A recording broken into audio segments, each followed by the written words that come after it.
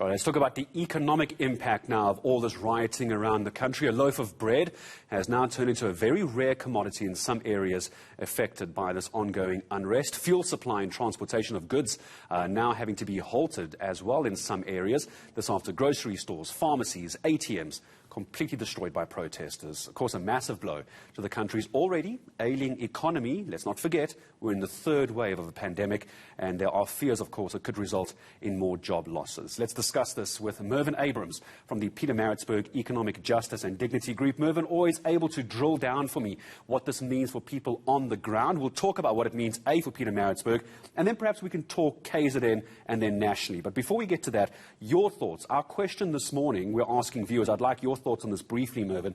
Is a state of emergency to be declared? Many people saying it should have happened already. Where do you stand on that? So good morning, Gareth, and good morning to all your viewers. It really depends on the context. I mean, it really depends on where we stand this morning once the sun comes up and we see what has happened during the night.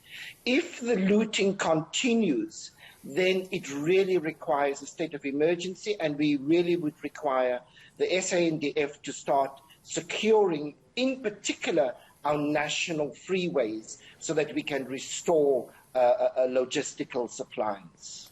Now, as far as Pietermaritzburg... So it depends on what happens this morning. Absolutely. And as far as Pietermaritzburg is concerned, we've all been watching the terrible footage over the past few days. Let's talk about the economic situation and dignity section of your profile. Now, thousands of people, I'm sure, out of jobs, at least temporarily, and infrastructure damage. How damaging is this for the Pietermaritzburg economy? And obviously, it's a major hub for KZN, isn't it? How bad is the damage, do you reckon?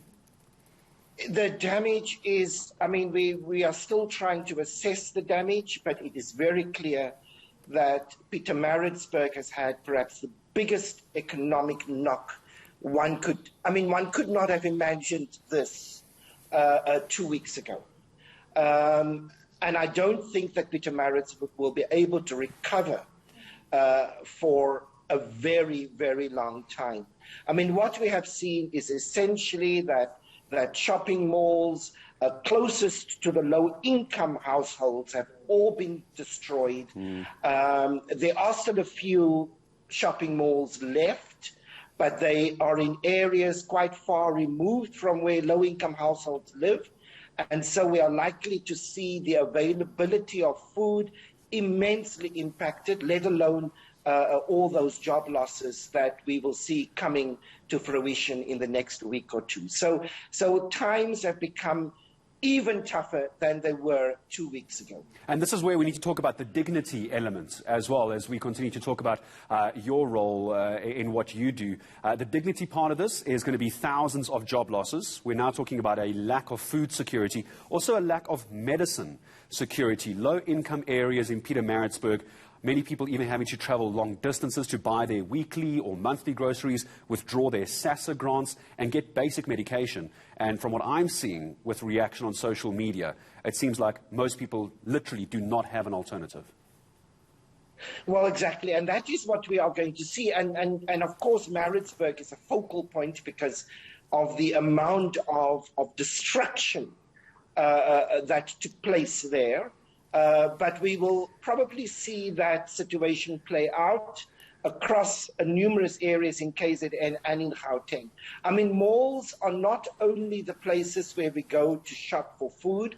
Malls also provide other kinds of services to communities, such as places where the SASSA grant can be dispensed. It also the places where COVID vaccines can be dispensed. So malls play a greater role than purely just a place where we buy our food or a place where we can get a job. It also fulfills some level of service to the wider community, and all of that is now lost. So it is really difficult to fathom how we are going to recover. But Gareth, I think the biggest issue that faces us right now in Maritzburg, but also in other parts of KZN, is how we re-establish the availability of food, how we be able to get food restocked, how we help the malls to to restock their food supplies when the N3 is still insecure.